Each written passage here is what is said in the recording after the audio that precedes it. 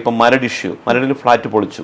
ആ പൊളിച്ചത് ചിലപ്പോൾ ഒരുപക്ഷെ നമുക്ക് റീതിങ്ക് ചെയ്തായിരുന്നെങ്കിൽ ഒരുപക്ഷെ തീരുമാനം മാറ്റാൻ പറ്റുമായിരുന്നു. ഏതൊരു പ്രോപ്പർട്ടി വാങ്ങിക്കുമ്പോഴും ഇതിന്റെ ഡോക്യുമെന്റ് സൈഡ് വളരെ ക്ലിയർ ആയിട്ട് നോക്കി വാല്യുവേറ്റ് ചെയ്തതിന് ശേഷം മാത്രമേ വാങ്ങിക്കാവുള്ളൂ. കേരളത്തെ സംബന്ധിച്ചോളം കേരളത്തിന് എന്തെങ്കിലുമൊക്കെ ഒരു സ്ട്രക്ചർ ഉണ്ടെങ്കിൽ അവിടെ എന്തും ചെയ്യാമെന്നുള്ള ഒരു നിയമവ്യവസ്ഥിത വല്ലാതെ ഉണ്ട്. എൻ്റെ ക്ലയന്റിനെ പ്രൊട്ടക്ട് ചെയ്യേണ്ട ഉത്തരവാദിത്വം എനിക്കായതുകൊണ്ടും ബിൽടെക്കിന് അത് ടെക്നിക്കലി സ്റ്റേറ്റ് ചെയ്യാൻ പറ്റുന്നതുകൊണ്ടും ഞങ്ങൾ ആ കാര്യങ്ങളിലൊന്നും ഒരു വിട്ടുവീഴ്ചയും വരുത്താറില്ല. അതായത് തെക്കും വടക്കും പോലും അറിയത്തില്ലാത്ത ആൾക്കാരാണ് ഇന്ന് ഈ ഇൻഡസ്ട്രിയിൽ രാജാവായി നിൽക്കുന്നത്. മലയാള സിനിമയിൽ വളരെ പ്രാഗൽഭ്യം തെളിയിച്ചിരിക്കുന്ന ഒരു ഡയറക്ടർ അദ്ദേഹം പറഞ്ഞത്, എനിക്കിപ്പോൾ നല്ല ഇൻകം ഉണ്ട്, നാളെ എനിക്ക് ഈ ഒരു ഇൻകം ഇല്ലാതെ വന്നാൽ എന്നെ സബ്സ്റ്റിറ്റ്യൂട്ട് ചെയ്യാൻ പറ്റുന്ന രീതിയിലുള്ള ഒരു ഇൻകം കിട്ടാൻ വേണ്ടിയിട്ട് എനിക്കൊരു ബിൽഡിങ്ങിൽ ഇൻവെസ്റ്റ് ചെയ്താൽ കൊള്ളാം എന്ന് താല്പര്യമുണ്ട് എന്ന് പറഞ്ഞു. മോർ ഓവർ ഒരു ഇൻവെസ്റ്റ്മെൻറ്റിൽ 100% സാറ്റിസ്ഫൈഡ് ആയിരിക്കുക എന്നുള്ളതാണ് ബിൽടെക് എപ്പോഴും അഷ്വർ ചെയ്യുന്ന ഒരു കാര്യം. Biltech property developers and infrastructure ഡെവലപ്പേഴ്സിൻ്റെ CEO ബിനോയ് തോമസ് സാറാണ് നമ്മുടെ ഇപ്പോൾ ഉള്ളത്. Hello sir. ഹായ്. സ്വാഗതം സർ. മറ്റ് ബിൽഡേഴ്സ് എന്നും അല്ലെങ്കിൽ കൺസ്ട്രക്ഷൻ ഫീൽഡിൽ നിൽക്കുന്ന ആൾക്കാരിൽ നിന്ന് വ്യത്യസ്തമായിട്ട് വളരെയധികം ഡീപ്പ് ലെവൽ ക്ലീനിങ് എന്നൊക്കെ നമ്മൾ പറയുന്ന പോലെ, ഡീപ്പ് ലെവൽ റിസർച്ച് എന്നൊക്കെ പറയുന്ന പോലെ ഒരു നല്ല ഡെപ്തിൽ ഇറങ്ങിച്ചെന്ന ഒരു കൺസൾട്ടൻസി ഫേം സാറിനുണ്ടെന്ന് കേട്ടിട്ടുണ്ട്. അപ്പോൾ അതിൽ വർക്ക് എന്ന് പറയുന്നത് വൺ അമംഗ് ദ ബെസ്റ്റ് എന്നും പറയുന്നുണ്ട്. അത് അനുഭവസ്ഥർ പറയുന്നു, നമ്മൾ ചോദിച്ച അനുഭവസ്ഥർ. അപ്പോൾ എനിക്ക് അതിനെക്കുറിച്ചൊന്ന് ഡീറ്റെയിൽ ആയിട്ട് അറിഞ്ഞാൽ കൊള്ളാമെന്നുണ്ട്. Thank you Veena. It's A wonderful opportunity.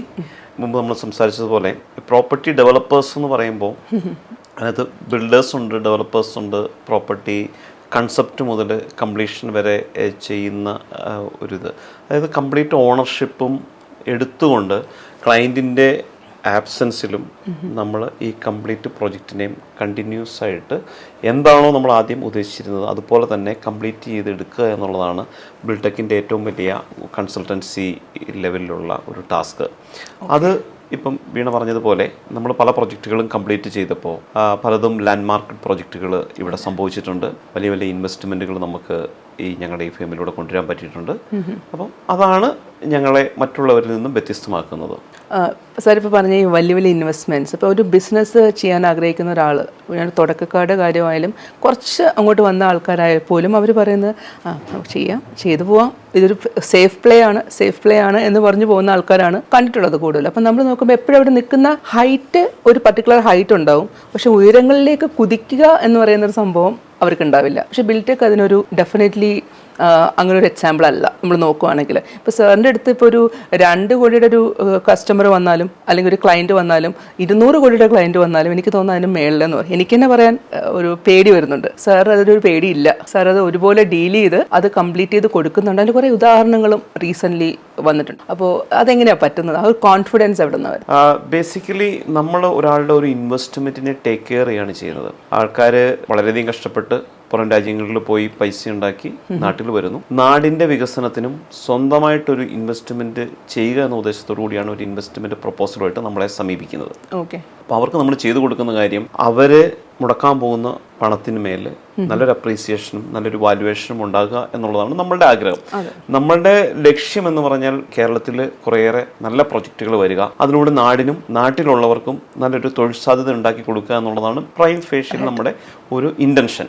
അപ്പോൾ ചെറിയ ഇൻവെസ്റ്റ്മെൻ്റ് ആയിട്ട് വരുന്ന ആൾക്കാർക്ക് പോലും ഇതിനകത്ത് നാടിൻ്റെ ഡെവലപ്മെൻറ്റിന് വേണ്ടി കുറച്ച് കാര്യങ്ങൾ ചെയ്യാൻ പറ്റും. വലുതായിട്ട് തിങ്ക് ചെയ്യുന്ന ആൾക്കാർക്ക് കുറച്ചും കൂടെ വലിയ സ്കെയിലപ്പ് ചെയ്യാൻ പറ്റും. നമ്മളെ സംബന്ധിച്ചോളം നമ്മുടെ അടുത്തൊരു ചെറിയ ഇൻവെസ്റ്റ്മെൻറ്റുമായിട്ട് വരുന്ന അല്ലെങ്കിൽ വന്നിരുന്ന ആൾക്കാർ തന്നെയാണ് ഇപ്പോഴും വലിയ ഇൻവെസ്റ്റ്മെൻറ്റുകളുമായി നമ്മളൊപ്പം തന്നെ ഈ യാത്രയിലുള്ളത്. അപ്പോൾ ഇൻവെസ്റ്റ്മെൻറ്റിൻ്റെ സൈസ് അല്ല, നമ്മളെ സംബന്ധിച്ചോളം അവർക്ക് ചെയ്യാനുള്ള ഒരു മൈൻഡ് സെറ്റ് നമ്മളുമായിട്ട് സംസാരിച്ച് കഴിയുമ്പം കുറച്ചും കൂടെ നന്നാക്കി നല്ല രീതിയിലേക്ക് കൊണ്ടുവരിക എന്നുള്ളതാണ് ആദ്യമായിട്ട് നമ്മൾ ചെയ്യുന്നൊരു കാര്യം. എഗെയിൻ അവിടെ വേറൊരു കോൺഫിഡൻസിൻ്റെ ക്വസ്റ്റ്യൻ വരുന്നുണ്ട്. കാര്യം എന്താ വെച്ചാൽ സാർ ഇപ്പോൾ പറഞ്ഞ പ്രകാരമാണെങ്കിൽ ക്ലയൻറ്റ്, ഇപ്പോൾ ഒരു ക്ലയൻറ്റ് ഒരു ഹോട്ടലിയർ ആണെന്ന് വെക്കുക, അതേ ഒരു ഹോട്ടൽ ഉണ്ടാക്കി, 2ാമത്തെ ഹോട്ടൽ ഉണ്ടാക്കി, 3ാമത്തെ ഉണ്ടാക്കി, നമ്മൾ അങ്ങ് കംഫർട്ടബിൾ ആയിട്ട് പോവാണ്. നമുക്കും വർക്കുണ്ട്, നമ്മൾക്ക് ഇങ്ങോട്ട് റിട്ടേൺസ് വരുന്നുണ്ട്, അവർക്കും അത് ചെയ്ത് കൊടുക്കുന്നുണ്ട്. പക്ഷേ വേറൊരു ക്ലയൻറ്റ് വന്നിട്ട് നമുക്ക് വേറൊരു സാധനം വേണം, അല്ലെങ്കിൽ നിങ്ങൾ കൺസൾട്ടൻസി ചെയ്യുമ്പോൾ ആ ഒരു ഭൂമിയിൽ ഇന്നതേ പറ്റൂ എന്ന് കണ്ടുപിടിക്കാനുള്ള എന്തൊക്കെയോ സംഭവങ്ങൾ ഡെഫിനറ്റ്ലി ഒരു എക്സ്പേർട്ട് ടീം കയ്യിലുണ്ടല്ലോ. അപ്പോൾ അവർ വെച്ച് കണ്ടുപിടിച്ചിട്ട് പെട്ടെന്ന് വേറൊന്നിലോട്ട് സ്വിച്ച് ചെയ്യുമ്പോൾ അവിടെ പോലും ഒരല്പം പോലും പതർച്ച തോന്നാതെ വീണ്ടും ആ ഡിഫറെൻറ്റ് സ്വിച്ചിങ്ങിൽ വിജയഗാഥ നേടിക്കൊണ്ടിരിക്കുകയാണ്. അപ്പോൾ അതിലുള്ള ആ ഒരു കോൺഫിഡൻസ് എവിടെ നിന്നാണ് സാറിന് വരുന്നത്? ഇപ്പോൾ ഓരോ കേരളത്തിനെ സംബന്ധിച്ചിടത്തോളം കേരളത്തിന് ഒത്തിരിയേറെ വൈവിധ്യം ഉള്ള ഒരു സ്ഥലമാണ് കേരളം. ഇപ്പോൾ നമുക്ക് ട്രിവാൻഡ്രം ടു കാസർഗോഡ് സഞ്ചരിച്ചു കഴിഞ്ഞാൽ ഓരോ സ്ഥലത്തിനും അതിൻ്റെതായ ഒരു ടോപ്പോഗ്രഫിയും ഒരു ജിയോഗ്രഫിക്കലി ഒരു വളരെയധികം ഡിഫറൻസ് ഉണ്ട്. പക്ഷേ തിരുവനന്തപുരം മുതൽ കാസർഗോഡുള്ള ആൾക്കാരുടെ മനസ്സിലുള്ള മനസ്ഥിതി എന്താ വെച്ച് കഴിഞ്ഞാൽ ഒരു ഭൂമിയിൽ ഇൻവെസ്റ്റ് ചെയ്യുക, അതിൽ നിന്ന് നല്ലൊരു റിട്ടേൺ ഉണ്ടാക്കിയെടുക്കുക, അല്ലെങ്കിൽ ഒരു അസറ്റ് ക്രിയേറ്റ് ചെയ്യുക എന്നുള്ളതാണ്. ഈ അസറ്റ് ക്രിയേറ്റ് ചെയ്യുന്നതിലുണ്ടാവുന്ന വ്യത്യസ്തതയാണ് ഓരോ നാടിനും ലാൻഡിനും അനുസരിച്ച് നമ്മൾ സജസ്റ്റ് ചെയ്യുന്നത്. ഇപ്പോൾ നമ്മൾ തേക്കടിയിൽ ഒരു പ്രൊജക്റ്റ് ചെയ്തിട്ടുണ്ടെങ്കിൽ ആ സെയിം ഡ്യൂപ്ലിക്കേറ്റ് ആയിട്ട് നമുക്ക് തിരുവനന്തപുരത്ത് ചെയ്യുന്നത് ഞങ്ങൾക്ക് വളരെ ഈസിയാണ്. പക്ഷേ ഞങ്ങളെ സംബന്ധിച്ചോളം ഞങ്ങൾ ചെയ്യുന്ന തിരുവനന്തപുരത്തിന് വേണ്ട ഒരു കാര്യമാണ്. തിരുവനന്തപുരം കോവളത്തിന് വേണ്ട ഒരു ഹോട്ടൽ പ്രൊജക്റ്റ് ആയിരിക്കും നമ്മൾ തിരുവനന്തപുരം കോവളത്തേക്ക് വേണ്ടി നമ്മൾ സജസ്റ്റ് ചെയ്യുന്നത്. തേക്കടിക്ക് വേണ്ടത് തേക്കടിക്കും വയനാടിന് വേണ്ടിയിട്ടും അതിനുള്ളൊരു എക്സ്പെർട്ടൈസ് നമുക്കുണ്ട്. നമ്മുടെ അടുത്ത് നല്ല പ്രൊഫഷണൽ ടാലൻ്റ് ഉള്ള ആൾക്കാർ ഉണ്ട്. ഇതിൻ്റെ എല്ലാം ഒരു കൂടിയാലോചനയും സിങ്ക് ആയിട്ടുള്ള ഒരു ടീം വർക്കാണ് ശരിക്കും ഇതിനെ വിവിധ മേഖലകളിൽ ഡിഫറൻ്റ് ആയിട്ടുള്ള പ്രൊജക്റ്റുകൾ നമുക്ക് കസ്റ്റമേഴ്സിന് പിച്ച് ചെയ്യാൻ സാധിക്കുന്നത്. അപ്പം ഇനി ഏത് പ്രൊജക്റ്റ് എവിടെ ചെയ്യണമെങ്കിലും ഞങ്ങളെ സംബന്ധിച്ചോളം ഞങ്ങളുടെ ടീമിന് അത് ടേക്ക് കെയർ ചെയ്യാൻ പറ്റും. അത് മാത്രമല്ല, പറയുന്നത് എന്താണോ അതിനേക്കാൾ ഒരു പടി മേന്മയിൽ നമുക്കത് ചെയ്തു കൊടുക്കാനും സാധിക്കുന്നുണ്ട്. ക്ലയൻസിൻ്റെ ഭാഗത്തുനിന്ന് വരാവുന്ന ഏറ്റവും വലിയ കുറേ ഡൗട്ട്സും കുറേ സംശയങ്ങളും കാര്യങ്ങളൊക്കെ എന്തായാലും ഇനിഷ്യലി ഉണ്ടാവും. നമ്മൾ ഈ പ്രോജക്റ്റ് ചെയ്യാമെന്ന് തന്നെ വെക്കുക. അപ്പം അതിനകത്ത് ഇപ്പം ഗവൺമെൻറ്റിൻ്റെ ഭാഗത്തു നിന്നുള്ള കുറേ നൂലാമാലകൾ, അല്ലെങ്കിൽ ലീഗലി കുറേ നൂലാമാലകൾ, പിന്നെ അതിൽ വേറെ ആ ഭൂമിക്കിനി വേറെ എന്തെങ്കിലും ഇതുണ്ടോ എന്നുള്ള നൂലാമാലകൾ, അങ്ങനെ കുറേ കാര്യങ്ങളുണ്ടല്ലോ.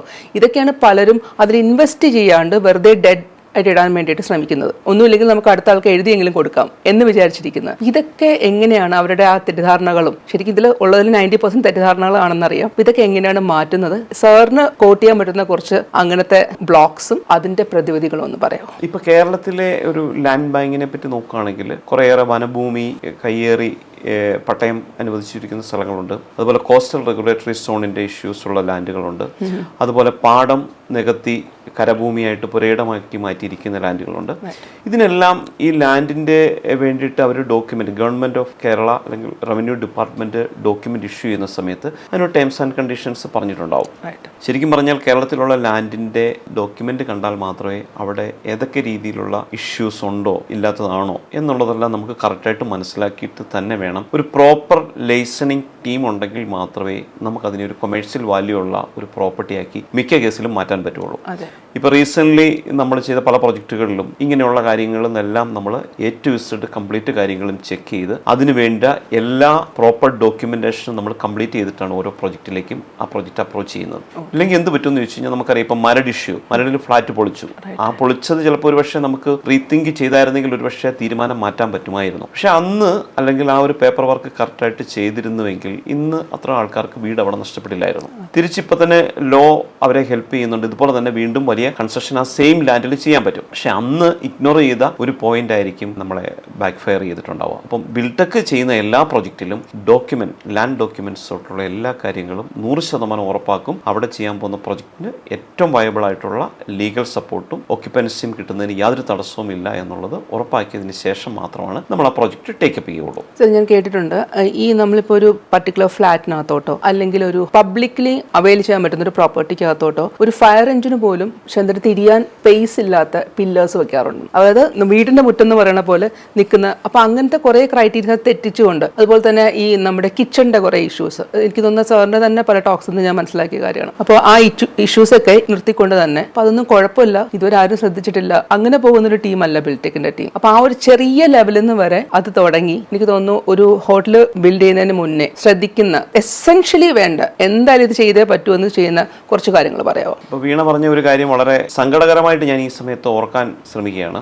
അതായത് കഴിഞ്ഞ ദിവസം ഒരു ഹോട്ടലിൽ ഒരു ബ്ലാസ്റ്റ് ഉണ്ടായി. അവിടെ കുറേ ആൾക്കാർ മരിച്ചു. അതുപോലെ പല സ്ഥലങ്ങളിലും തീപിടുത്തം ഉണ്ടാകുന്നു, ഗ്യാസിന്റെ ബേണിംഗ് ഉണ്ടാവുന്നു. അതുപോലെ ഇപ്പം പറഞ്ഞ പോലെ ഫയർ എഞ്ചിൻ ആക്സസ് ഇല്ലാതെ വലിയ ഫ്ലാറ്റുകൾ ഉണ്ട്. കേരളത്തെ സംബന്ധിച്ചോളം കേരളത്തിൽ എന്തെങ്കിലുമൊക്കെ ഒരു സ്ട്രക്ചർ ഉണ്ടെങ്കിൽ അവിടെ എന്തും ചെയ്യാമെന്നുള്ള ഒരു നിയമവ്യവസ്ഥിത വല്ലാതെ ഉണ്ട്. അതിൻ്റെയൊക്കെ ഒരു ആഫ്റ്റർ എഫക്റ്റ് ആണ് ഇങ്ങനെയുള്ള ഇൻസിഡൻസ് നമ്മളിലേക്ക് വീണ്ടും ഉണർത്തുന്നത്. ഇപ്പം നമ്മൾ കഴിഞ്ഞ ദിവസം സംഭവിച്ച പല കാര്യങ്ങളും, അവിടെ ആ ഒരു ഹോട്ടലിൽ റൺ ചെയ്യാനുള്ള അപ്രൂവൽ പോലും കൊടുക്കുന്നതിന് മുമ്പ് ആ ബിൽഡിങ്ങിന് അതിനുള്ള ശേഷിയുണ്ടോ എന്നുള്ളത് പോലും ചെക്ക് ചെയ്യാനുള്ള ഒരു സിസ്റ്റം നമുക്കിവിടെ ഉണ്ടായിരുന്നില്ല. സെയിം ടൈം ബിൽടെക് ചെയ്യുന്ന ഓരോ പ്രോപ്പർട്ടികളും അത് ഇന്നതായിരിക്കണമെന്ന് ഞങ്ങൾ ആദ്യമേ തന്നെ ഡിഫൈൻ ചെയ്യുന്നുണ്ട്. അല്ലാതെ എന്ത് വന്നാലും അവിടെ ചെയ്യാൻ പറ്റും എന്നുള്ളൊരു ഓപ്ഷൻ അല്ല. ഇന്നതേ അവിടെ പാടുള്ളൂ. അതിന് വേണ്ടിയിട്ടുള്ള എല്ലാ റെഗുലേഷൻസും അതിനുവേണ്ടിയുള്ള എല്ലാ കാര്യങ്ങളും ആസ് പെർ പ്രോപ്പർ സ്റ്റാൻഡേർഡ് അനുസരിച്ച് നമ്മൾ ചെയ്തേ പറ്റൂ. കേരളത്തിനെ സംബന്ധിച്ചോളം കേരളത്തിലെ ആൾക്കാരെല്ലാം വന്നിട്ട് ഒരു 4 പില്ലറിൽ ഒരു സ്ട്രക്ചർ ചെയ്ത് കഴിഞ്ഞാൽ അവിടെ ഹോട്ടൽ തുടങ്ങാം, അവിടെ ഷോറൂം തുടങ്ങാം, അവിടെ ഹോസ്പിറ്റൽ തുടങ്ങാം, അവിടെ ക്ലിനിക്ക് തുടങ്ങാം. പക്ഷേ ഇതൊന്നുമല്ല നമ്മൾ അമേരിക്കയിലോ അല്ലെങ്കിൽ UK-ലൊക്കെ ഉള്ള ബിൽഡിംഗ് റൂൾസുകൾ എടുത്തു കഴിഞ്ഞ് കഴിഞ്ഞാൽ അവിടെ ചെയ്യേണ്ട കാര്യങ്ങൾ എന്താണെന്നുള്ളതും അതിനുള്ള റെഗുലേഷൻസ് എന്താണെന്നുള്ളതും വളരെ ക്ലിയർ ആയിട്ട് ഡിഫൈൻ ചെയ്തിട്ടുണ്ട്. സെയിം അതുപോലെ ഫയർ എഞ്ചിൻ ആക്സസ് ഇല്ല. ഫയർ എഞ്ചിൻ ആക്സസ് ഇല്ലാതെ കാർ പാർക്കിങ്ങുകളും ബിൽഡിങ്ങുകളുടെ പില്ലേഴ്സും അല്ലെങ്കിൽ കമ്പൈൻഡ് ആയിട്ടുള്ള ബിൽഡിങ്ങുകളൊക്കെ ഉണ്ടാക്കുന്ന ഒരു സാഹചര്യം ഇന്ന് കേരളത്തിലുണ്ട്. കാരണം കേരളത്തിലെ സ്ഥലത്തിന്റെ വില, കുതിച്ചുയരുന്ന സ്ഥലവില കൊണ്ടായിരിക്കും ഇങ്ങനെയുള്ള കാര്യങ്ങളിൽ റെസ്ട്രിക്റ്റഡ് ലാൻഡിൽ അവർ ഈ പ്രോപ്പർട്ടി ബിൽഡപ്പ് ചെയ്യും വരുന്ന ഇഷ്യൂസ് ആണ്. പക്ഷെ ഇതിനെ ഗവൺമെന്റ് അല്ലെങ്കിൽ അതിന്റെ അതോറിറ്റീസ് കണ്ണു അടച്ച് അക്സെപ്റ്റ് ചെയ്യുന്നത് കൊണ്ടാണ് ഇങ്ങനെയുള്ള പ്രശ്നങ്ങൾ വീണ്ടും വീണ്ടും റിപ്പീറ്റഡ് ആയിട്ട് വരുന്നത്. ഇത് നാളെ ഫയർ എഞ്ചിന് ഒരു ആക്സസ് വേണ്ടി വരുന്ന സാഹചര്യത്തിലാണ് ഇതിന്റെ ആഫ്റ്റർ എഫക്റ്റ് നമുക്ക് മനസ്സിലാവുള്ളൂ. അപ്പോൾ ഏതൊരു പ്രോപ്പർട്ടി വാങ്ങിക്കുമ്പോഴും ഇതിന്റെ ഡോക്യുമെന്റ് സൈഡ് വളരെ ക്ലിയർ ആയിട്ട് നോക്കി വാല്യുവേറ്റ് ചെയ്തതിന് ശേഷം മാത്രമേ വാങ്ങിക്കാവുള്ളൂ. ഇല്ലെങ്കിൽ ഇങ്ങനെയുള്ള അപകട കഥകൾ തുടർ കഥകളായിട്ട് നമ്മുടെ മാധ്യമങ്ങളിലൂടെ നമ്മൾ എല്ലാ ദിവസവും കേൾക്കാൻ വിധിക്കപ്പെട്ടവരായി മാറും. ഓക്കെ, ആ ഒരു സൈഡ് എന്തായാലും നമുക്ക് ബിൽടെക്കിന്റെ ക്ലയൻസിന് ക്ലിയർ ആണ്. ബിക്കോസ് അതെല്ലാം take care, already taken care ആണല്ലേ, നമ്മൾ ജസ്റ്റ് അത് പ്രോജക്റ്റിൽ വരുമ്പോൾ തന്നെ അതങ്ങനെയാണ്. കാരണം എന്താ വെച്ച് കഴിഞ്ഞാൽ ഒരു മൾട്ടിനാഷണൽ കമ്പനി കേരളത്തിൽ വന്നൊരു കൊമേഴ്സ്യൽ സെക്ടറിൽ ഒരു ഓപ്പറേഷൻ സ്റ്റാർട്ട് ചെയ്യുന്നുണ്ടെങ്കിൽ അവർ നോക്കുന്ന പാരാമീറ്റേഴ്സ് ഉണ്ട്.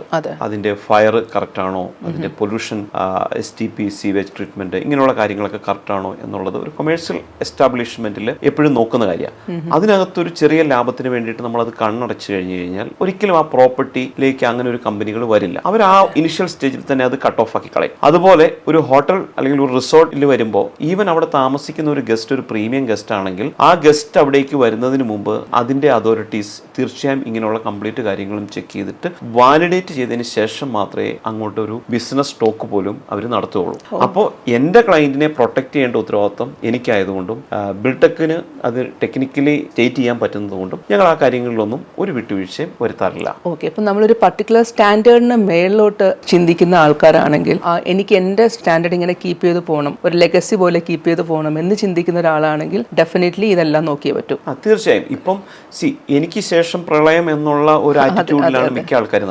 നമ്മളിപ്പോൾ ഒരു പ്രോപ്പർട്ടി ഇൻവെസ്റ്റ് ചെയ്യിക്കുന്നത് ക്ലയന്റിനെ കൊണ്ട് ക്ലയന്റിന്റെ ഹാർഡ് ആൻഡ് മണി നമ്മൾ ഇൻവെസ്റ്റ് ചെയ്യിക്കുമ്പോൾ ഞങ്ങൾ ഉറപ്പ് തരുന്നത് ഈ ഒരു തലമുറയ്ക്കും ഇനി മുന്നോട്ട് പോകുന്ന ഓരോ തലമുറയ്ക്കും അതിൽ നിന്നും ഗ്യാരണ്ടീഡ് ആയിട്ടുള്ള ഒരു സേഫ് ആൻഡ് സെക്യൂർ ആയിട്ടുള്ള ഒരു ഇൻവെസ്റ്റ്മെന്റ് ആയിട്ടാണ് നമ്മളെപ്പോഴും അത് പ്രൊജക്ട് ചെയ്യുന്നത്. അപ്പോൾ ഇങ്ങനെയുള്ള കാര്യങ്ങളിൽ ചെറിയ വയലേഷൻസ് എന്തെങ്കിലും ചെയ്തു കഴിഞ്ഞാൽ പിന്നീട് മാറി വരുന്ന നിയമത്തിനും അല്ലെങ്കിൽ റൂൾസ് ആൻഡ് റെഗുലേഷൻസിനും അനുസരിച്ച് ആ പ്രോപ്പർട്ടിയെ മാറ്റിയെടുക്കാൻ പിന്നീട് വരുന്ന ഫ്യൂച്ചർ ജനറേഷന് ബുദ്ധിമുട്ടായിരിക്കും. പക്ഷെ ഇപ്പം നമുക്ക് നിലവിലുള്ള എല്ലാ റൂൾസ് ആൻഡ് റെഗുലേഷൻസും അനുസരിച്ച് കാര്യങ്ങൾ ചെയ്തു പോയി കഴിഞ്ഞാൽ തീർച്ചയായും അവർ ചെയ്യുന്ന ഓരോ ഇൻവെസ്റ്റ്മെന്റും ഓരോ ലെഗസി ആയിട്ട് നമുക്ക് മാറ്റിയെടുക്കാൻ പറ്റും. അപ്പോൾ അതിനകത്തൊന്നും കോംപ്രമൈസ് ചെയ്യാതിരിക്കുക, മുടക്കാൻ പോകുന്ന ഇൻവെസ്റ്റ്മെന്റിൽ 100% വാല്യൂ അപ്രീസിയേഷൻ ഉണ്ടാക്കുക. ഇങ്ങനെയുള്ള കാര്യങ്ങൾ ഞങ്ങൾ ശ്രദ്ധാലുക്കളാണ്. 100% ആസ് പെർ ലോ മാത്രമേ നമ്മളത് ചെയ്യുന്നുള്ളൂ. സാർ, ഇതിനിടയിൽ സാർ പറഞ്ഞ പോയിന്റ്സ് നിന്ന് തോന്നിയൊരു കാര്യമാണ്, ഇത്രയും നല്ല സ്ട്രിക്റ്റ് ആയിട്ടുള്ള റൂൾസ് ഉള്ള വിദേശ രാജ്യങ്ങളിൽ താമസിക്കുന്ന NRIs, അവരുടെ കയ്യിൽ കാശുണ്ട്, അവരുടെ കയ്യിൽ പ്രോപ്പർട്ടി ഉണ്ട്, അല്ലെങ്കിൽ പ്രോപ്പർട്ടി വാങ്ങാനുള്ള കാശുണ്ട്. അവരെന്തിന് ഇത്രയും പ്രശ്നമുള്ള, അതായത് നമ്മൾ ഓരോ ഓഫീസിൽ ചെന്ന് മുട്ടിയാലും അതിന് കുറേ കാലതാമസം എടുക്കുന്ന, അല്ലെങ്കിൽ റെഡ് ടേപ്പിസം എന്ന് പറയാം, റെഡ് ടേപ്പിസത്തിന് അത് കുടുങ്ങി കിടക്കുന്ന ഫയലുകളുള്ള രാജ്യത്ത് അല്ലെങ്കിൽ ഒരു സ്റ്റേറ്റിൽ വന്ന് ഇൻവെസ്റ്റ് ചെയ്യണം. പക്ഷേ സാറിൻ്റെ ഒരു എക്സാമ്പിൾ നോക്കുമ്പോൾ അതിന് നേരെ കോൺട്രഡിക്ടറി ആണ്. സാർ അങ്ങനെയുള്ള സ്ഥലങ്ങളിൽ ഇൻവെസ്റ്റ് ചെയ്യിച്ചാണ് സാർ ജയിച്ചിട്ടുള്ളത്.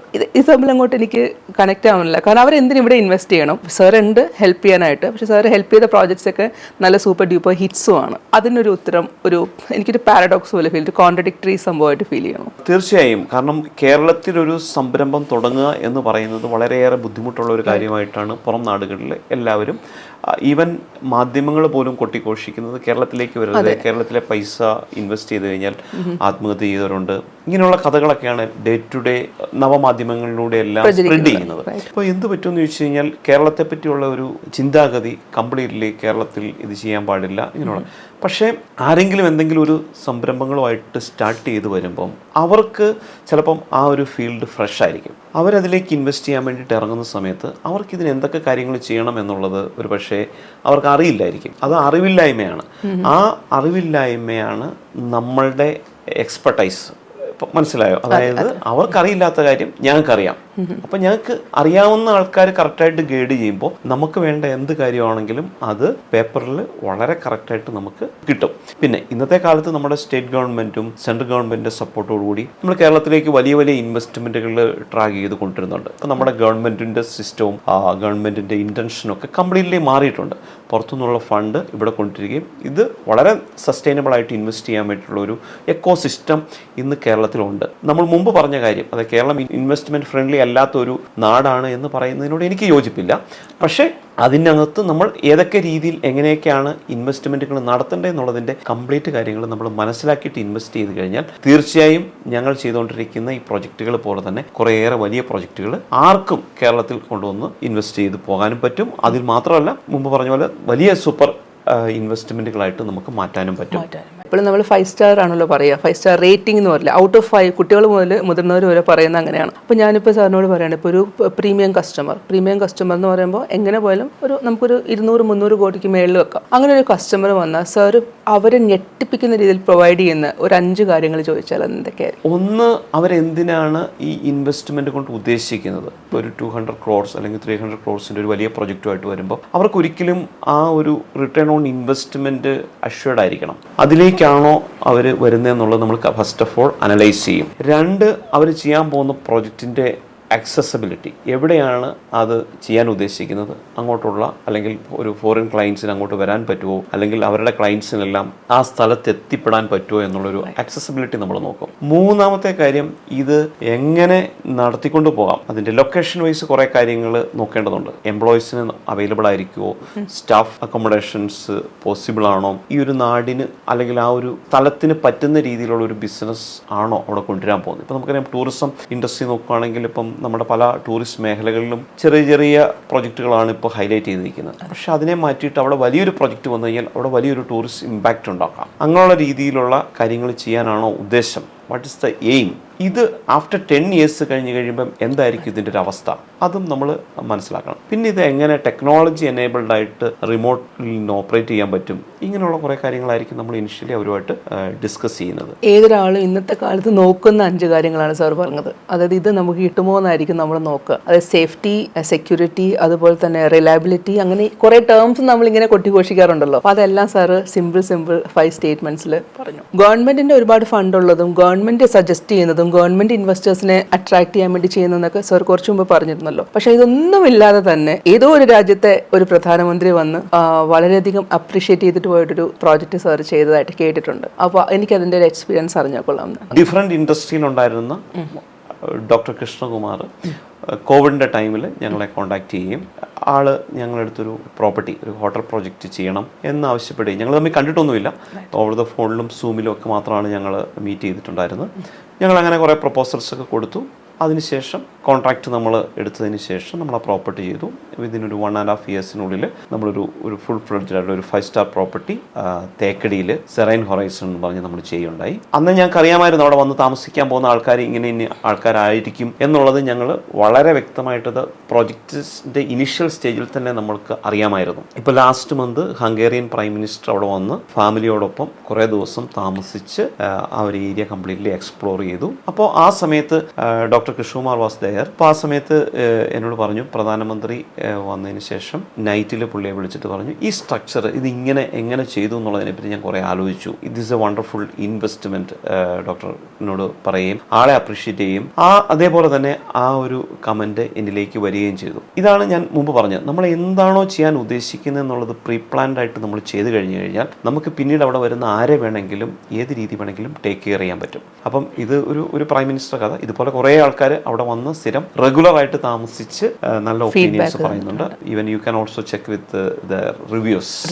ഓക്കെ സാർ, ഇപ്പോൾ ഇത് നമുക്ക് ഈ ഒരു പർട്ടിക്കുലർ, അപ്പോൾ ഇതൊരു ഡെഫിനറ്റ്ലി ഒരു രാജ്യത്തെ പ്രൈം മിനിസ്റ്റർ ആകുമ്പോൾ, അത് ഏത് രാജ്യം ആയിക്കോട്ടെ, പ്രൈം മിനിസ്റ്റർ ആകുമ്പോൾ അത് ഇറ്റ് മാറ്റേഴ്സ്. അപ്പോൾ അവർ വന്നിട്ട് നല്ല ഫുഡാണ്, നല്ല അക്കോമഡേഷൻ ആണ് എന്നല്ല പറഞ്ഞത്, സ്ട്രക്ചറിനെ കുറിച്ചാണ് പറഞ്ഞത്. സോ ഡെഫിനറ്റ്ലി അത് ബിൽടെക്കിന് മാത്രം അവകാശപ്പെട്ട ഒരു ക്രെഡിറ്റ് ആണ്. അപ്പോൾ ഇത് നമുക്ക് എക്സാമ്പിളായിട്ട് നിർത്തിക്കൊണ്ട് സാറിന് എങ്ങനെയാണ് ആ ഒരു പ്രോപ്പർട്ടി, ഞാൻ കണ്ടിരുന്നു അതിൻ്റെ അതിൻ്റെ വിഷ്വൽസ് ആ ഒരു പ്രോപ്പർട്ടിയിൽ അത് അങ്ങനെ ചെയ്താലേ ശരിയാവൂ എന്ന് എത്തിക്കുന്ന ഒരു നിഗമനം, ഒരു ഫൈനൽ ഡിസിഷൻ ഉണ്ടല്ലോ. അപ്പോൾ അത് ഡെഫിനറ്റ്ലി സാർ നടത്തിയ റിസർച്ചാണ്, അല്ലെങ്കിൽ സാറിൻ്റെ ടീം നടത്തിയ, സാറിനോടൊപ്പം സാറിൻ്റെ ടീം നടത്തിയ റിസർച്ചിൻ്റെ ഫലമാണ് ആ കണ്ടേക്കുന്നത്.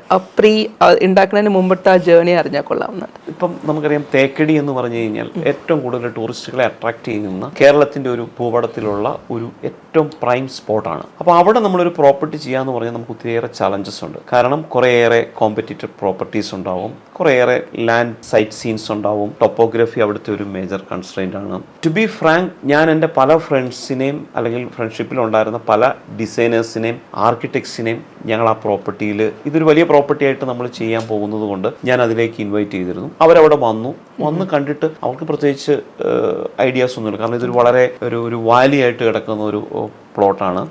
And there is lot of restrictions and limitations ഉണ്ട്. അത് കണ്ടു കഴിഞ്ഞപ്പോഴത്തേക്ക് അവരൊക്കെ ബാക്കൗട്ട് ആണ് ഞാൻ ചെയ്തത്. അപ്പോൾ ആ ഒരു സമയത്താണ് അതൊരു ചലഞ്ച് പ്രൊജക്റ്റായിട്ട് ഏറ്റെടുക്കാനും അതിൻ്റെ ഫ്രോം ദ ബിഗിനിങ് മുതൽ ഉള്ള എല്ലാ കാര്യങ്ങളും വിഷ്വലൈസ് ചെയ്ത് ടീമിൻ്റെ സപ്പോർട്ടോടു കൂടി കോവിഡിൻ്റെ ടൈമിലാണ്, ഈവൻ അവിടെ അന്ന് നമുക്കൊരു ഡയറക്റ്റ് ഓഫീസ് ഇൻട്രാക്ഷൻ പോലും ഇല്ലാത്ത സമയത്ത് അതിൻ്റെ എല്ലാ ചലഞ്ചസും ഏറ്റെടുത്തുകൊണ്ട് നമ്മളത് ചെയ്തു. ഇന്ന് proudly I can say that's A centralised air conditioned ഒരു 5-star property in the Thekkady. And ഏറ്റവും ലോങ്ങസ്റ്റ് ബ്രിഡ്ജുള്ള, കാരണം തേക്കടിയിൽ അറിയാലോ മഴക്കാലം വന്നു കഴിഞ്ഞാൽ, മൺസൂൺ വന്നു കഴിഞ്ഞാൽ വളരെയേറെ ചലഞ്ച് ഉണ്ടാവും. കാരണം അവിടെ ഈ ഇൻസെക്ട്സും പെസ്റ്റിസൈഡ്സും പിന്നെ മണ്ണിന്റെ ഒക്കെ ഒരു ഇതനുസരിച്ച് വരുമ്പോഴത്തേക്കും നമ്മൾ ആരും ഏത് ഗസ്റ്റ് വന്നു കഴിഞ്ഞാൽ അവർക്ക് ഈ ഫ്ലോറിൽ ഇറങ്ങാതെ മണ്ണിൽ ഇറങ്ങാണ്ട് ഏറ്റവും ലോങ്ങസ്റ്റ് ബ്രിഡ്ജിലൂടെ ആക്സസിബിലിറ്റി കൊടുത്തുകൊണ്ട് ഉള്ള ഒരു പ്രോപ്പർട്ടിയാണ്. പിന്നെയും അതിന് ഒത്തിരിയേറെ പ്രത്യേകതകളുണ്ട്. ഞങ്ങൾക്ക് ലാസ്റ്റ് ഇയറിൽ കേരളത്തിൽ നിന്നുള്ള ഏറ്റവും നല്ല ഹോസ്പിറ്റാലിറ്റി സെഗ്മെന്റിനുള്ള global architects and builders award ഡൽഹിയിൽ വെച്ച് കിട്ടിയ പ്രോജക്റ്റാണത്. പിന്നെ അവിടെ വന്ന് കാണുന്ന എല്ലാവരും വെൽ അപ്രിഷിയേറ്റ് ചെയ്യുന്ന രീതിയിലാണ് ഇതുവരെയുള്ള ഒരു ഫീഡ്ബാക്ക്. പ്രീമിയം എന്ന് പറഞ്ഞാൽ മോസ്റ്റ് മോഡേൺ എല്ലാ ഫെസിലിറ്റീസും നമ്മൾ ആ പ്രോപ്പർട്ടിയിൽ ഇൻബിൽറ്റ് ചെയ്തിട്ടുണ്ട്. ഈവൻ ഈ കൊച്ചിയിൽ പോലും ഇല്ലാത്ത 5-star ഫെസിലിറ്റീസ് നമ്മൾ അവിടെ പ്രൊവൈഡ് ചെയ്തിട്ടുണ്ട്. ആൻഡ് പിന്നെ അതിനേക്കാൾ ഏറ്റവും മനോഹരമായിട്ട് എനിക്ക് തോന്നുന്ന കാര്യം അതിനകത്തെ റെസ്റ്റോറൻ്റ് ആണ്. വളരെ നേച്ചർ ഫ്രണ്ട്ലി ആയിട്ട് ഇരുന്ന് നന്നായിട്ട് ഭക്ഷണം ആസ്വദിച്ച് കഴിക്കാൻ പറ്റുന്ന നല്ല ഒരു സ്കൈ വ്യൂ ഉള്ള 6000 സ്ക്വയർ ഫീറ്റിന്റെ ഒരു വലിയ ഏരിയ ഉണ്ട്. പിന്നെ അവിടെ ധാരാളം ഡോക്ടേഴ്സ് കോൺഫറൻസസ് നടക്കുന്നുണ്ട്, ഫിലിം സ്റ്റാർസിന്റെ അക്കോമഡേഷൻ അവിടെ കൊടുക്കുന്നുണ്ട്. And load of foreign clients അത് എൻജോയ് ചെയ്യുന്നുണ്ട്. ഇതെല്ലാം നമ്മുടെ അടുത്തൊരു വലിയ എഫേർട്ടിന്റെ ഒരു ആകെ മിച്ചമാണ്. The thing is that sir ഇപ്പോൾ നേരത്തെ ഒരു ബ്രിഡ്ജിന്റെ കാര്യം പറഞ്ഞു. അത് നമ്മൾ ഇപ്പോൾ ഫോറിൻ പ്രീമിയം കസ്റ്റമേഴ്സ് ആയതുകൊണ്ടും പുറത്തുനിന്നുള്ള ആൾക്കാർ ഒരുപാട് വരാൻ ചാൻസ് ഉള്ളതുകൊണ്ടും നമുക്ക് വേണമെങ്കിൽ പറയാം ബൂട്ട്സ് ഉപയോഗിക്കാം, ഇത് വെതർ ശരിയല്ല, ഇൻസെക്ട്സ് ഉണ്ട്, ബൂട്ട്സ് ഉപയോഗിക്കാം, അങ്ങനെ പല പല പരിഹാരങ്ങൾ നമ്മൾ കണ്ടുവച്ചിട്ടുണ്ടല്ലോ എല്ലാത്തിനും. എന്നിരിക്കെ അങ്ങനെയൊക്കെ ഉണ്ടായിട്ട് പോലും തുടക്കത്തിൽ തന്നെ അത് നമ്മുടെ മനസ്സിലുണ്ടാവുന്നതാണല്ലോ പറയാം. അപ്പം മനസ്സിൽ അത് ഉണ്ടായി, ആ ബ്രിഡ്ജിന്റെ ഇത്രയും ഒരു ആക്സസിബിലിറ്റി കൊടുത്താലോ ഇങ്ങനെ കൊടുത്താലോ നമുക്ക് ഇങ്ങനെ നടത്തിക്കിടേ കാട്ടിലും എന്നുള്ള അതെങ്ങനെയായിരുന്നു അതിൻ്റെ ഒരു തുടക്കം? നമ്മളെ സംബന്ധിച്ചോളം, നമുക്ക് ഒരു കേരളത്തിലേക്ക് വരുന്ന ഒരു ഗസ്റ്റിനെ സംബന്ധിച്ചോളം ആ ഒരു വരുന്ന ടൈം ഇമ്പോർട്ടൻ്റ് ആണ്. തേക്കടി പോലുള്ള ഒരു സ്ഥലത്ത് വരുമ്പോൾ ഒരു 6 monthsോളം മഴ ഉള്ള ഒരു ക്ലൈമറ്റ് ആണ്. ആ മഴയുള്ള ക്ലൈമറ്റിൽ അവർ അവിടെ വന്ന് നേരെ താഴെ താമസിച്ചു കഴിഞ്ഞാൽ ഈ അട്ടയും അങ്ങനെയുള്ള സാധനങ്ങളെല്ലാം ഈ റൂമിലൂടെ കയറി ഇറങ്ങാനും ഒക്കെ ഉള്ള സാധ്യത കൂടുതലാണ്. അപ്പോൾ അതൊരു ഡിസ്കംഫർട്ടാണ്. ഇപ്പോൾ എനിക്കറിയാം ഒത്തിരിയേറെ പ്രോപ്പർട്ടികൾ, നമ്മുടെ ഒത്തിരി ഫ്രണ്ട്സ് ഒക്കെ അവിടെ GM ആയിട്ടൊക്കെ വർക്ക് ചെയ്യുന്ന ആൾക്കാരുണ്ട്. ഇവരെല്ലാം നിരന്തരം പറയുന്ന ഒരു കാര്യമാണ്, മഴ വന്നു കഴിഞ്ഞ് കഴിഞ്ഞാൽ അട്ടയും പാമ്പും എല്ലാം ഈ റൂമിൽ കയറുന്നു എന്നുള്ളത് ഒരു വലിയ പ്രശ്നമാണ്. അതിനെ ആർക്കും വൈപ്പ് ഔട്ട് ചെയ്യാൻ പറ്റില്ല. അതിങ്ങനെ മനസ്സിലുണ്ടായിരുന്നതുകൊണ്ട് അതിൽ നിന്നുള്ളൊരു സൊല്യൂഷനാണ് നമ്മൾ ആ പ്രോപ്പർട്ടിയിൽ കൊടുത്തത്. അപ്പോൾ ഇത് എലിവേറ്റഡ് ആയിട്ട് നിൽക്കുന്നത് കൊണ്ട് ഇങ്ങനെയുള്ള ഒരു സംഭവവും ഒരു സാധനവും ഇതിനുള്ളിലേക്ക് ആക്സസിബിലിറ്റി ഇല്ല. അതിനെ ഒന്ന് വളരെ ആർക്കിടെക്ചറലി നന്നായിട്ട് ആക്കിയെടുക്കുക എന്നുള്ള ഒരു ഉദ്ദേശത്തോടുകൂടിയാണ് ബ്രിഡ്ജും ഇതിൻ്റെ കണക്ടിവിറ്റിയും ഈ കോട്ടേജസും എല്ലാം നമ്മൾ ഇങ്ങനെ പ്രൊവൈഡ് ചെയ്തേക്കുന്നത്. അങ്ങനെ ഒരു ലോങ്സ്റ്റ് ബ്രിഡ്ജായി മാറുകയും ചെയ്തു. അതായത് നമുക്കുണ്ടാകുന്ന ഒരു ഇഷ്യൂവിനെ നമ്മൾ വേറൊരു സൊല്യൂഷനിലൂടെ ഒരു ബ്യൂട്ടിഫുൾ കൺസെപ്റ്റ് ആക്കി കൺവേർട്ട് ചെയ്തെടുത്തു. അപ്പം that's good amount of appreciation. കോവിഡിന്റെ ടൈമിലായാലും കോവിഡ് കഴിഞ്ഞിട്ടായാലും അതിനെ അതിജീവിക്കുക മാത്രമല്ല, അത് വളരെ നമ്മൾ പറയത്തില്ല ഗ്രേസ്ഫുള്ളി അതിജീവിക്കുക, അതാണ് ബിൽടെക് ചെയ്തിരിക്കുന്നത്. അപ്പോൾ അതിന്റെ എക്സാമ്പിൾസ് ആണ് റീസെന്റ് വരുന്ന ഓരോരോ പ്രോജക്ട്സും നടന്നുകൊണ്ടിരിക്കുന്ന പ്രോജക്ട്സും. ഇനി ഒരു 5 years കഴിഞ്ഞാൽ where you stand, what you think about that? തീർച്ചയായും ഞങ്ങൾ കുറെ ഡൈവേഴ്സിഫിക്കേഷൻ നമ്മൾ തീർച്ചയായും നോക്കുന്നുണ്ട്. അതിനിപ്പോൾ പറയുകയാണെങ്കിൽ ലാസ്റ്റ് ഒരു 2-3 months ആയിട്ട് നമുക്ക് വന്നിരിക്കുന്ന എൻക്വയറീസ്, ബിസിനസ് എൻക്വയറീസ് നോക്കുകയാണെങ്കിൽ കേരളം പോലുള്ള ഒരു സംസ്ഥാനത്ത് ഇത്രമാത്രം ഇൻവെസ്റ്റ്മെന്റിനുള്ള ആഗ്രഹമുള്ള ആൾക്കാരുണ്ട് എന്നുള്ളത് എനിക്കും ഇപ്പോഴാണ് മനസ്സിലായത്. കാരണം ഞങ്ങൾ ഇതിനു മുമ്പ് കുറച്ച് സോഷ്യൽ മീഡിയയുടെ ഇമ്പാക്റ്റ് നമുക്കിപ്പോൾ മനസ്സിലായി. ഏകദേശം 400+ എൻക്വയറീസ് ഇപ്പം നമ്മൾ എടുത്തുണ്ട്. നമ്മൾ അതിൽ നിന്ന് വളരെ, നമുക്ക് എല്ലാ പ്രൊജക്റ്റും ചെയ്യാൻ പറ്റില്ല, വളരെ ചൂസി ആയിട്ടുള്ള കുറച്ച് പ്രൊജക്ട്സുകൾ മാത്രം ഇപ്പോൾ നമ്മൾ ഡിസൈനിങ് സ്റ്റേജസിലാണ്. നമ്മൾ കാണാത്ത ആൾക്കാർ പോലും നമ്മുടെ ഈ റീൽസും നമ്മുടെ വീഡിയോസും ഒക്കെ കണ്ടതിന് ശേഷം ആൾക്കാർ നമ്മളിലേക്ക് വിളിച്ചതിന് ശേഷം പറയുന്നു, എനിക്ക് ഇന്ന സ്ഥലത്ത് ഇത്ര ഏക്കർ സ്ഥലം ഐഡലായിട്ട് കിടപ്പുണ്ട്, ഞാൻ അവിടെ എന്ത് ചെയ്യും, എനിക്ക് എന്തെങ്കിലും ചെയ്യണം, അല്ലെങ്കിൽ ഞാൻ തിരിച്ചു വന്നു കഴിഞ്ഞാൽ എൻ്റെ വരുമാനം എനിക്ക് ഇതേപോലെ കണ്ടിന്യൂ ചെയ്ത് പോകണമെങ്കിൽ ഞാൻ എന്ത് ചെയ്യണം എന്ന് പറഞ്ഞിട്ട് നമുക്ക് ഇത്രയധികം എൻക്വയറീസ് ഇങ്ങനെ വന്നുകൊണ്ടിരിക്കുന്ന സമയത്ത് തീർച്ചയായും നമ്മൾ അടുത്തൊരു വെർട്ടിക്കലിനെ പറ്റിയും ആലോചിച്ച് തുടങ്ങിയിട്ടുണ്ട്. കംപ്ലീറ്റ്ലി ഒരു ക്ലയൻറ്റിന് വേണ്ടിയിട്ടുള്ള എല്ലാ കാര്യങ്ങളും ഇൻ പ്രോപ്പർട്ടീസ് തന്നെ അല്ലെങ്കിൽ കൺസ്ട്രക്ഷനിൽ തന്നെ ടേക്ക് കെയർ ചെയ്യാൻ പറ്റുന്ന രീതിയിൽ ഒരു കാര്യം. ഏതായാലും അത് ഉടൻ തന്നെ നമ്മൾ റിവീൽ ചെയ്യുന്നതായിരിക്കും. So stay tune. Stay tuned, right. Sir, ഇനി വീണ്ടും എൻ്റെ ഒരു ആശ്വാസത്തിന് വേണ്ടി ചോദിക്കുകയാണ്. ഒരു ചെറിയൊരു സാധാരണക്കാരന് ഒരു വീട് വെക്കാൻ ശ്രമിച്ചാൽ പോലും നമ്മൾ ആ വീട് വെക്കാൻ നമ്മൾ ആരെയാണോ ഏൽപ്പിക്കുന്നത് അദ്ദേഹം മുതൽ, അല്ലെങ്കിൽ വാസ്തുവിൻ്റെ കൺസൾട്ടൻ്റ് ആയിട്ട് വരുന്ന ഒരാൾ മുതൽ മൊത്തത്തിൽ നമ്മളൊരു ഡയറക്ഷൻ ഉണ്ടാക്കി വയ്ക്കും, അതിനെ നേരെ ഓപ്പോസിറ്റാക്കി കൈത്തരും. അതിനെയൊക്കെ അങ്ങ് അതിജീവിച്ച് നമ്മളങ്ങ് വീടങ്ങ് വെച്ചു എന്ന് തന്നെ വെക്കുക. എന്നാൽ പോലും ഒരു സമാധാനം ഉണ്ടാവില്ല. അപ്പോൾ ഞാൻ ഇങ്ങനെ അല്ലല്ലോ വിചാരിച്ചതെന്ന് വിചാരിച്ചിട്ട് ഒരു സമാധാനമൊക്കെയായിട്ടുള്ള ഒരു നാടാണ് നമ്മുടെ, അല്ലേ? അപ്പോൾ അങ്ങനെയുള്ള ആൾക്കാരെയൊക്കെ ശരിക്കും സാറിൻ്റെ കോമ്പറ്റീറ്റേഴ്സ് അല്ലേ? അപ്പോൾ അവരെയൊക്കെ എങ്ങനെയാണ് സാറ് കൺവിൻസ് ചെയ്യുന്നത്? ശരിക്കും ഒരാൾ ആദ്യം ചിന്തിക്കുമ്പോൾ തന്നെ ഒരു ഹൈ എൻഡ് ചിന്തിക്കാതെ നോർമൽ നമ്മുടെ ലെവലിലായിരിക്കുമല്ലോ ചിന്തിക്കുക. അപ്പോൾ അതിൽ നിന്നൊക്കെ അബദ്ധം പറ്റി സാറിൻ്റെ അടുത്ത് വരുന്ന ആൾക്കാരും ഉണ്ടാവും. നമ്മളൊരു സൊല്യൂഷൻ പ്രൊവൈഡറാണ്. സെയിം ടൈം നമുക്ക് ഇങ്ങനെ ഇപ്പോൾ വാസ്തു എഗെയിൻ എല്ലാവരും നോക്കുന്ന ഒരു കാര്യമാണ്. വാസ്തുവിനെ ഒരു പ്യുവർ ഒരു സയൻസ് ആയിട്ട് നമ്മൾ വെച്ച് കഴിഞ്ഞ് കഴിഞ്ഞാൽ നമ്മുടെ എല്ലാ പ്രൊജക്റ്റും വാസ്തു റിലേറ്റഡ് തന്നെയാണ്. കാരണം എയർ സർക്കുലേഷൻസ് ഒരു ഇമ്പോർട്ടൻറ്റ് ഫാക്ടറാണ് നമ്മൾ ചെയ്യുന്ന സ്ട്രക്ചറിനുള്ളിൽ. ലൈറ്റ് നമുക്ക് ഇഷ്ടംപോലെ സൺലൈറ്റ്സ് കിട്ടുന്നതാണ്. അത് മാത്രമല്ല നമ്മുടെ ക്ലൈമറ്റ് വളരെ വിഭിന്നമായ ഒരു ക്ലൈമറ്റാണ്. നമ്മുടെ അടുത്തുള്ള സ്റ്റേറ്റ്സുമായിട്ട് കമ്പയർ ചെയ്യുമ്പോൾ കേരളത്തിൻ്റെ ഒരു എക്സ്ട്രീംലി ആൾക്കാർക്ക് ജീവിക്കാൻ പറ്റുന്ന ഒരു എക്കോസിസ്റ്റം പ്രൊവൈഡ് ചെയ്യാൻ പറ്റുന്ന എക്സ്ട്രീം ഒന്നുമില്ല, ഹോട്ടും ഇല്ല കോൾഡും ഇല്ലാത്ത ഒരു നല്ല ക്ലൈമറ്റാണ്. അപ്പോൾ നമുക്കിതിൻ്റെ ഈ വായുവിനെയും വെളിച്ചത്തെയും എല്ലാം നമ്മുടെ ഈ പ്രോപ്പർട്ടിയിലേക്ക് കൊണ്ടുവരേണ്ട ആവശ്യമുണ്ട്. അതിനെ വാസ്തുവിൻ്റെ രീതിയിലേക്ക് ഇൻ്റർപ്രറ്റ് ചെയ്തിട്ട് ജീവിക്കുന്ന ആൾക്കാരുമുണ്ട്. അവരാണ് ഈ പ്രശ്നങ്ങളെല്ലാം ഉണ്ടാക്കുന്നത്. മുമ്പ് സംസാരിച്ച പോലെ വീട് വളരെയധികം ആഗ്രഹിച്ച് ചെയ്യാൻ വേണ്ടിയിട്ട് 6 മാസവും 7 മാസവും 1 വർഷവും ഒക്കെയാണ് ഡിസൈനിങ് ടൈം തന്നെ എടുക്കുന്നത്. ഈ ഡിസൈനിങ്ങിൽ ഈ ക്ലയൻറ്റിന് യാതൊരു ഒപ്പീനിയനും ഇല്ലാത്ത രീതിയിൽ ചില കൺസൾട്ടൻസ് ഡിസൈനിങ്ങിന് ഇങ്ങനെ കൊണ്ടുപോയി അവസാനം ഇതിനെ ഏതെങ്കിലും രീതിയിൽ ഇത്രമാത്രം എഫേർട്ട് ഇട്ടു പൈസയും കൊടുത്തു ഇങ്ങനെ കൊണ്ടുപോയി നശിപ്പിക്കുന്ന കുറേ പ്രൊജക്റ്റുകളൊക്കെ നമ്മുടെ അടുത്ത് വരാറുണ്ട്. അങ്ങനെ എടുക്കുന്ന പ്രൊജക്റ്റുകളിലല്ല നമ്മൾ പ്രോപ്പറായിട്ട് അഡ്വൈസ് കൊടുക്കാൻ നമുക്ക് റെഡിയാണ്, നമുക്ക് യാതൊരു കുഴപ്പമില്ല. റീസെൻ്റ്ലി തന്നെ കുറേയേറെ എക്സ്പീരിയൻസ് നമുക്ക് വന്നു. നോർത്ത് തിരിഞ്ഞ് മാർക്ക് ചെയ്തിട്ട് കിണറിൻ്റെ സ്ഥാനം മാറി വന്നിരിക്കുന്ന സ്ഥലങ്ങളുണ്ട്. മാസ്റ്റർ ബെഡ്റൂമിൻ്റെ ലൊക്കേഷൻ മാറിയിട്ടുണ്ട്. നമ്മളവിടെ ചെന്ന് കഴിഞ്ഞ് കഴിയുമ്പോൾ നമുക്ക് അവരോട് ഓപ്പണായിട്ട് പറയേണ്ടി വരും. ഇപ്പോൾ ഓഫീസിൽ തന്നെ മെയിൻ എഞ്ചിനീയേഴ്സ് ഒക്കെ ഇത് ഡിസ്കസ് ചെയ്യുന്നുണ്ട്. സാർ അന്ന് പോയപ്പം കണ്ട വാസ്തുവിൻ്റെ ഏരിയ കറക്റ്റ് അല്ല, അല്ലെങ്കിൽ ഇന്ന് ഇതല്ല. ഞാൻ പറയുന്നത് ഓപ്പണായിട്ട് നമ്മൾ അവരോട് പറഞ്ഞേരെ. കാരണം അവർ ആദ്യമേ കറക്റ്റ് ചെയ്യേണ്ടിയിരുന്ന കാര്യങ്ങൾ, അതായത് തെക്കും വടക്കും പോലും അറിയത്തില്ലാത്ത ആൾക്കാരാണ് ഇന്ന് ഈ ഇൻഡസ്ട്രിയിൽ രാജാവായി നിൽക്കുന്നത്. പക്ഷെ അവർ ചെയ്യുന്ന പല മണ്ടത്തരങ്ങളും നമുക്ക് മനസ്സിലാവും. ഓപ്പണായിട്ട് പറഞ്ഞു കഴിഞ്ഞാൽ ഫ്രാങ്ക്ലി സ്പീക്കിംഗ് ഇത് അറിയില്ലാത്ത ആൾക്കാരെ ഡിപ്പെൻഡ് ചെയ്യരുത്. ഞങ്ങൾക്ക് ഒക്കെ ഉള്ള കൺസൾട്ടൻസ് എന്ന് പറഞ്ഞാൽ വർഷങ്ങളായിട്ട് അല്ലെങ്കിൽ തലമുറകളായിട്ട് ഈ വാസ്തു കണക്റ്റായിട്ട് നിൽക്കുന്ന ഒത്തിരിയേറെ എഞ്ചിനീയറിംഗ് അറിയാവുന്ന ഇങ്ങനെയുള്ള കൺസ്ട്രക്ഷനിൽ അതിൻ്റെ സെറ്റ് ബാക്സുകളും അതിൽ ഇത്ര മീറ്റേഴ്സ് വിടണം, ഗവൺമെൻറ് റെഗുലേഷൻസ് ഒക്കെ അറിയാവുന്ന നല്ല കൺസൾട്ടൻസ് ഞങ്ങളുടെ കൂട്ടത്തിലുണ്ട്, നമ്മുടെ ഓഫീസിലുമുണ്ട്, നമുക്ക് കൺസൾട്ടൻ്റായിട്ടുമുണ്ട്. അപ്പം അവരുടെയൊക്കെ സർവീസ് ഞങ്ങൾക്ക് ഏത് പ്രൊജക്റ്റിൽ എവിടെ വേണമെങ്കിലും നമുക്ക് കൊടുക്കാൻ പറ്റും. ഓക്കെ, കുറച്ച് കാശ് കയ്യിൽ വന്നു കഴിഞ്ഞാൽ സ്ഥലം മേടിച്ച് കൂട്ടലാണ് പലരുടെയും ഹോബി, എല്ലാവരുടെയും അതൊരു ഉറപ്പായിട്ടാണ് പലരും കാണുന്നത്. വേറെ എന്തിലും ഇൻവെസ്റ്റ് ചെയ്യണേക്കാട്ടിലും. പക്ഷെ അങ്ങനെ സ്ഥലം മേടിച്ച് കൂട്ടിയിട്ട് അതങ്ങനെ ഡെഫിനറ്റ്ലി മതിലും ഗേറ്റും കാണും, അതങ്ങനെ ഇടുകയാണ് ചെയ്യുന്ന പലരും. അപ്പം അങ്ങനെ ചെയ്തിട്ട് കാര്യമുണ്ടോ? എന്തെങ്കിലും അതൊരു അസറ്റാണോ? റിയൽ എസ്റ്റേറ്റ് ഭൂമിയിൽ കുറേ ആൾക്കാരൊക്കെ അച്ചീവേഴ്സായി മാറിയവരുണ്ട്. അവരെ കണ്ടിട്ടായിരിക്കും ഒരുപക്ഷെ ഇങ്ങനെയുള്ള തീരുമാനം. ഈ ലാൻഡിന്മേൽ ഇൻവെസ്റ്റ് ചെയ്ത് കഴിഞ്ഞാൽ ഫ്രീ ആണ്, വേറെ പണിയൊന്നും എടുക്കണ്ട, വേറെ ഒരു ലൈബിലിറ്റീസും എടുത്തു വെക്കേണ്ട. ഭൂമിക്കിപ്പം 1 ലക്ഷം രൂപയാണെങ്കിൽ നാളെ 1.5 ലക്ഷമാവും, അടുത്ത വർഷം അത് 2 ലക്ഷമാവും എന്നൊക്കെയുള്ള ഒരു മിഥ്യാധാരണയുടെ പുറത്താണ് മലയാളികളെല്ലാം പ്രൈം സ്പോട്ടിൽ പോയിട്ട് ഏറ്റവും ഹൈയസ്റ്റ് പ്രൈസ് മുടക്കി ലാൻഡ് വാങ്ങിച്ചിരുന്നത്. അതൊരു ശരിക്കും ഒരു അബദ്ധ ധാരണയാണ്. കാരണം ഒരിക്കലും അങ്ങനെയുള്ള സ്ഥലങ്ങളിലേക്ക് മാത്രമായിട്ട് ഇൻവെസ്റ്റ് ചെയ്തിരുന്ന ഒരിക്കലും അവർക്കൊരു വാല്യൂ അപ്രീസിയേഷൻ കിട്ടുന്നില്ല. കാരണം അവരെത്രയാണോ മുടക്കിയിരിക്കുന്നത് എന്നുള്ളത് ആ നാട്ടിലുള്ള സർവ്വ ഏജന്റുമാർക്കും ബ്രോക്കർമാർക്കും കറക്റ്റായിട്ട് അറിയാം. അതിനേക്കാൾ കൂടുതലൊരു റേറ്റിൽ വിൽക്കാൻ പറ്റുന്ന ലാൻഡുകൾ ഇന്ന് കേരളത്തിൽ കുറവായിരിക്കും. പിന്നെ രണ്ടാമത്തെ കാര്യം, ഇത് എപ്പോഴും ചെയ്യുമ്പോൾ ഈ ഒരു പ്രോപ്പർട്ടിയിൽ ഇൻവെസ്റ്റ് ചെയ്തിരിക്കുന്ന പൈസ ഇവർക്ക് ഒരിക്കലും തിരിച്ച് റിട്ടേൺ ആയിട്ട് കിട്ടുന്നില്ല. രണ്ടാമത്തെ കാര്യം, ഇതിൽ നിന്ന് ഒരിക്കലും ഒരു വരുമാനം അവർക്ക് സ്ഥിര വരുമാനം തീരുമാനം അഷ്വർ ചെയ്യാൻ പറ്റുന്നില്ല. എൻ്റെ അഭിപ്രായത്തിൽ ലാൻഡിൽ മാത്രമായിട്ട് പണം ഇൻവെസ്റ്റ് ചെയ്യുന്നത് തീർച്ചയായും മണ്ടത്തരമാണ്. നമുക്കറിയാലോ, ആസ് എ മലയാളി കേരളത്തിൽ വളരെയധികം ലിമിറ്റഡ് ലാൻഡാണുള്ളത്. ഇങ്ങനെയുള്ള പൈസ വർദ്ധിക്കുന്ന പല കാര്യങ്ങളും ഉണ്ടാവുമെന്ന് വിചാരിച്ച് ഇൻവെസ്റ്റ് ചെയ്ത് പെട്ടുപോകുന്ന ഒത്തിരിയേറെ കാര്യങ്ങൾ നമ്മൾ എല്ലാ ദിവസവും ന്യൂസിൽ വായിക്കുന്നതാണ്. അതുപോലെ തന്നെ ഒരു അബദ്ധമാണ് സ്ഥലത്തിൽ വെറുതെ ഫണ്ട് മുടക്കിയിടുന്നത്. കുറേ സ്ഥലങ്ങൾ വാങ്ങിച്ചിട്ട് കഴിഞ്ഞാൽ ചിലപ്പോൾ ഒരു പക്ഷേ ഫ്യൂച്ചറിൽ ഡെവലപ്മെന്റ് ആകുകയാണെങ്കിൽ ഒരു അച്ചീവ്മെന്റ് ഉണ്ടാവാം. ഏറ്റവും പ്രൈം സ്പോട്ടിൽ ലാൻഡ് വാങ്ങിച്ച് വെറുതെ ഇടുന്നത് നാടിനോടും നാട്ടുകാരോടും ചെയ്യുന്ന ഒരു ദ്രോഹമായിട്ട് എനിക്ക് തോന്നുള്ളൂ. ഇനിയിപ്പോൾ അങ്ങനെ വാങ്ങിച്ചു എന്ന് വെക്കുക, ഇനി അവിടെ എന്ത് ചെയ്യാൻ പറ്റും?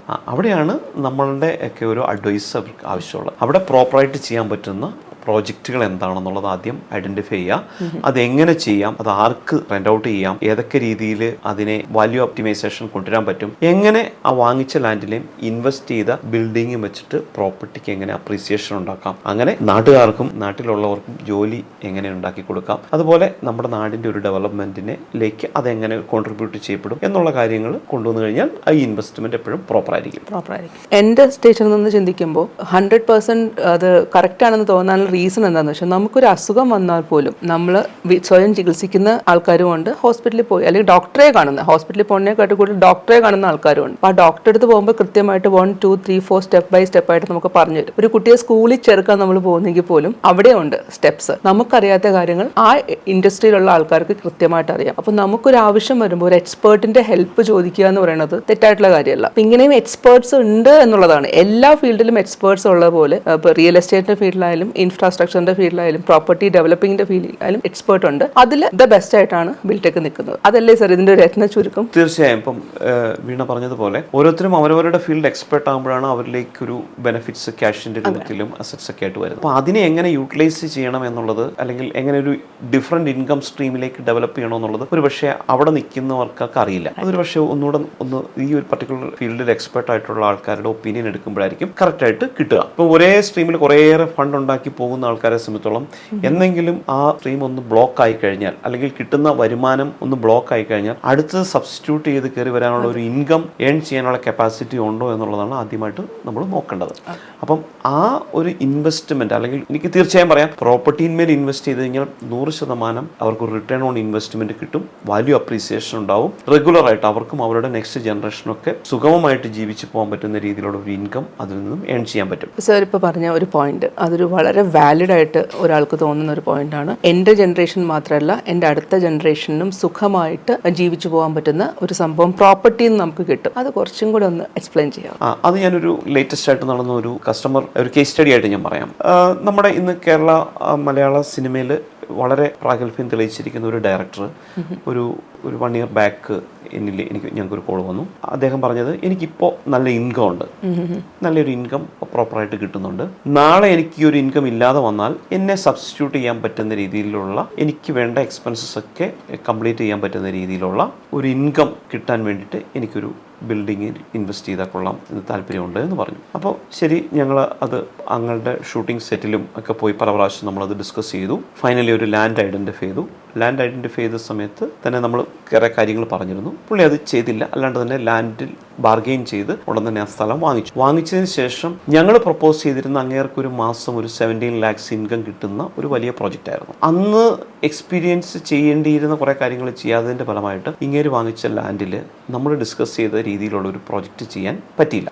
കാരണം എന്താ വെച്ച് കഴിഞ്ഞാൽ അതിനകത്ത് പൈലിങ്ങും മറ്റു കാര്യങ്ങൾക്കൊക്കെ വേണ്ടിയിട്ട് ഒരു ഹ്യൂജ് എമൗണ്ട് ഇൻവെസ്റ്റ് ചെയ്യണമെന്ന് പറഞ്ഞപ്പോഴത്തേക്കും ഇങ്ങേര് പേടിച്ചുപോയി.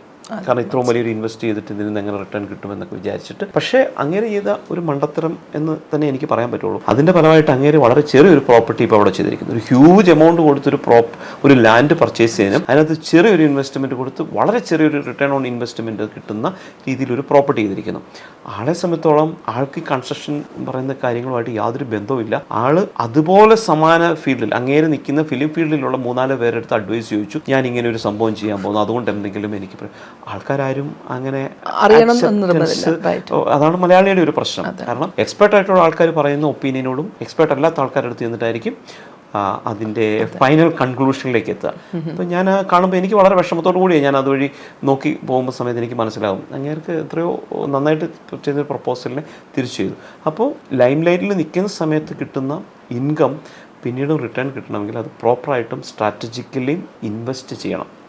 അപ്പോൾ അതിൽ നിന്നൊരു നല്ല റിട്ടേൺ കിട്ടും. ഇപ്പോൾ സാർ ഇപ്പോൾ പറഞ്ഞതുപോലെ ഇതൊരു കറക്റ്റായിട്ട് വന്നിട്ട് വഴിതെറ്റി പോയ ഒരാൾ കറക്റ്റ് ട്രാക്കിൽ വന്നു, സാറിനെ കണ്ടു, അതിന്റെ അഡ്വൈസ് എടുത്തു വെക്കുക. ഇനി അതല്ലാണ്ട് ഒരു എക്സാമ്പിളും കൂടി പറയാമോ? ഏതൊരു പ്രോപ്പർട്ടി നമ്മൾ ചെയ്യുന്ന സമയത്തും അതിന്റെ ഏറ്റവും കാര്യങ്ങളെല്ലാം ബിൽടെക് തന്നെയാണ് ഇൻവോൾവ് ആവുന്നത്. ഞങ്ങൾക്കറിയാം അതിനകത്ത് എത്രയാണ് ആൾ ഇൻവെസ്റ്റ് ചെയ്തിരിക്കുന്നതെന്നും എത്രയാണ് അയാൾ ബാങ്കിൽ നിന്ന് എടുത്തിരിക്കുന്നത് എന്നുള്ള എല്ലാ കാര്യങ്ങളും നമുക്ക് വ്യക്തമായിട്ട് അറിയാം.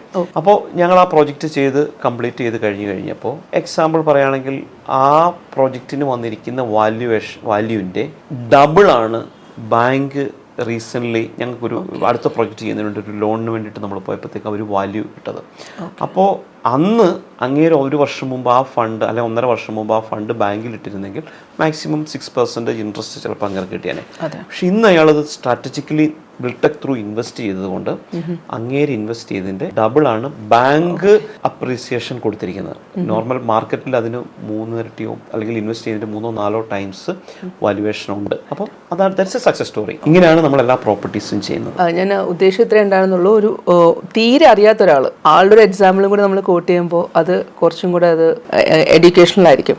ഒരു പ്രീമിയം ക്ലയൻറ്റ് വന്നാൽ അവർക്ക് വേണ്ടി സാർ കൊടുക്കുന്ന ഒരു യുണീക്ക് ഫീച്ചർ നമ്മൾ മറ്റ് ഡെവലപ്പേഴ്സോ കൺസ്ട്രക്ഷൻ ചെയ്യുന്ന ആൾക്കാരോ അവർ ചെയ്യാത്ത ഒരു കാര്യം, സാറിന് മാത്രം അവകാശപ്പെടാൻ പറ്റുന്നൊരു കാര്യം. ഒന്ന്, നമ്മളുമായിട്ട് സംസാരിക്കുന്ന ഫസ്റ്റ് ഒരു ഫോൺ കോളിൽ മാത്രമേ ഒരു കസ്റ്റമർ അല്ലെങ്കിൽ ഒരു ബിൽഡർ എന്നുള്ള ഒരു ആസ്പെക്റ്റിൽ ഉണ്ടാവുള്ളൂ. Okay, from the very first call onwards നമ്മൾ തമ്മിലൊരു ബെറ്റർ അസോസിയേഷൻ ഉണ്ടാവും. അതായത് ആളുടെ മൈൻഡിൽ എന്താണുള്ളതെന്നുള്ള കാര്യങ്ങൾ കറക്റ്റായിട്ട് നമ്മൾ ഐഡൻറ്റിഫൈ ചെയ്തതിന് ശേഷം അതിന് പറ്റുന്നൊരു പ്രോപ്പർ സൊല്യൂഷൻ ആയിരിക്കും നമുക്ക് അവർക്ക് കൊടുക്കാൻ പറ്റുന്നത്. അപ്പോൾ അവിടെ ഒരു ക്ലയൻറ്റ് കസ്റ്റമർ അല്ലെങ്കിൽ അങ്ങനെ ഒരു റിലേഷൻഷിപ്പ് മാറിയിട്ട് it's a honour, equally honour to the project എന്നുള്ള ഒരു സ്റ്റേറ്റ് അവിടെ വന്നു കഴിഞ്ഞു.